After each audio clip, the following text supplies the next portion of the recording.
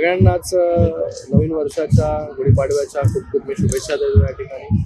हे नवीन वर्ष सगळ्यांना सुखाचं, समृद्धीचं, भरभराटीचं या ठिकाणी जावो.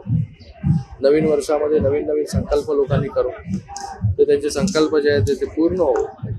त्याचबरोबर ह्या स्वागत यात्रेमध्ये गेली 10 वर्ष मी या ठिकाणी सहभागी होतो. स्वागत यात्रेचं 26वं वर्ष आहे. मंदिराचं जे आहे गणेश मंदिर देवस्थानचं हे 100 वर्ष पूर्ण या ठिकाणी झालेले आहेत. आणि या स्वागत यात्रेनिमित्त एक संस्कृती, एक परंपरा जी आहे डोंबिवलीची जोपासण्याचं काम जे आहे ते सगळे डोंबिवलीकर जे ते या ठिकाणी करतात. काय आव्हान असणार आहे एकंदरीत निवडणुकीचं वातावरण?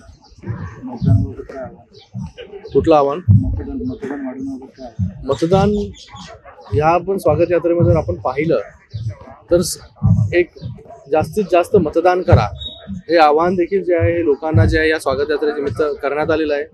मलाही नवीन मतदार आणि त्याचबरोबर सगळ्यांना एक आव्हान करायचं आहे की आपण सगळ्यांनी या लोकशाहीच्या उत्सवामध्ये जे आहे हे मोठ्या संख्येमध्ये सहभाग घ्यावा, मोठ्या संख्येमध्ये जे आहे या ठिकाणी मतदान करावं. कारण की ही निवडणूक कुठल्या एका व्यक्तीची नाही आहे, एका पक्षाची नाही आहे, ही देशाची निवडणूक आहे. देशाला अजून उंचीवरती घेऊन जायचं असेल आपल्याला तर आपल्याला मतदान जे आहे ते त्या ठिकाणी करावं लागेल.